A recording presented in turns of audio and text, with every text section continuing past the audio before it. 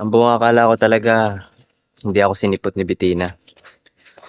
Akala ko, hindi siya tumupad sa usapan namin. Bakit pa kayo magtatagpo ni Mama?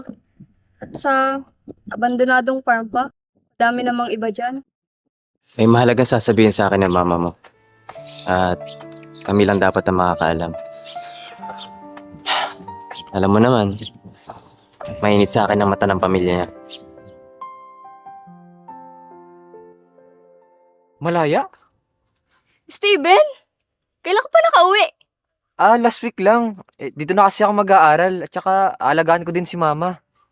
Ano nangyari kay tita? Nagkasakit kasi siya eh.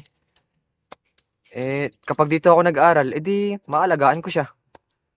Ikaw, kamusta ka naman? Okay lang naman ako.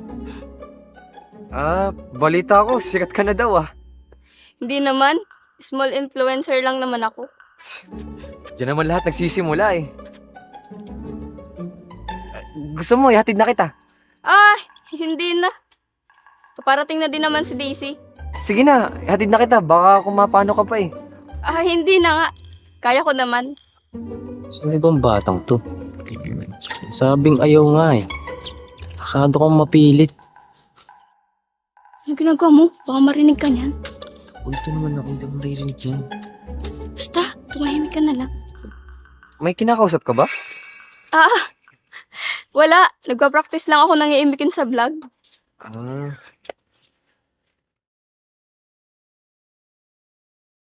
Sino nga pala yung lalaki kanina? Sino?